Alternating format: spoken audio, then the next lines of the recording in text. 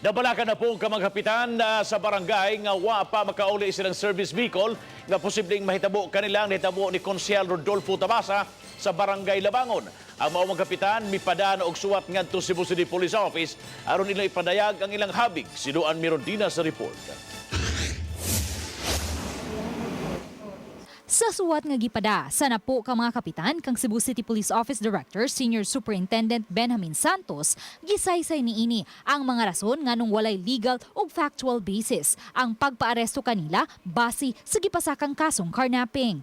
Gihimong sanglitanan sa mga kapitan ang nahitabong citizen's arrest kang Konsehal Rodolfo Tabasa sa barangay Labangon niadtong milabayng Biyernes sa gabii. Gani gipadayag man usab kini ni ABC President ug TISA Barangay Captain Philip Zafra atul sa iyang privilege speech kagahapon sa sesyon sa konseho.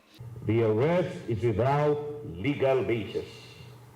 It is a mockery of the rule of law. Ang maong suwat nadawat sa City Director kagahapon.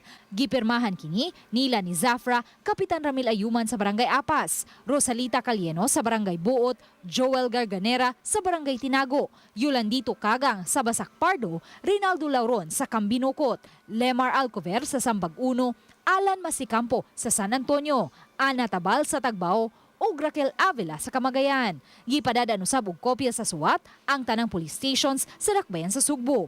Apan gipasabot ni Santos nga posible gihapong mahitabo sa napo ka mga kapitan ang nahitabo kang Konsehal Tabasa. Isip mga pulis, igo lang nilang ipatuman ang unsa may lagda. They're talking about carnapping. Okay. There's no carnapping. They're talking about no warrant, a warrantless arrest. Tama. Si GSO has the personal knowledge. So si GSO can be the one to do the citizen's arrest.